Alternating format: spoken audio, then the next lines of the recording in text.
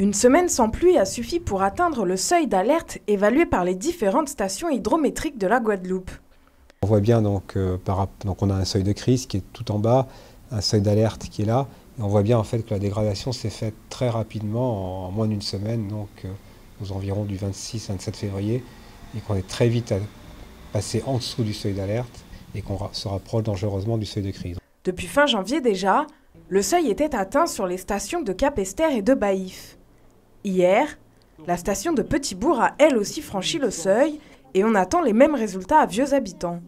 On est dans une situation qui est caractéristique à cette époque de l'année, qui est conjonction de trois facteurs, des pluies donc quasi inexistantes depuis plusieurs jours sur la Guadeloupe, des niveaux d'eau donc qui se réduisent et des besoins par contre qui restent importants puisqu'on est en pleine saison touristique. Donc conjonction de ces trois facteurs fait qu'effectivement la préfète donc a pris cet après-midi donc le premier arrêté sécheresse donc qui restreint l'usage de l'eau pour un certain nombre de catégories donc de personnes ou d'usages.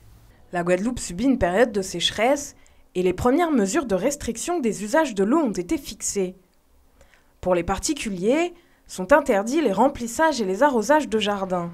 Mais c'est avant tout pour les professionnels que le problème se pose.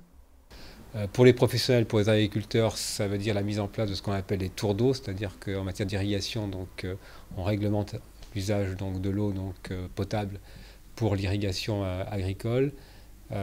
Et puis pour un certain nombre d'entreprises, donc pareil, donc, des restrictions d'usage de l'eau, le temps que la situation redevienne un peu plus normale. La situation n'a rien d'exceptionnel, elle est caractéristique de cette période de l'année.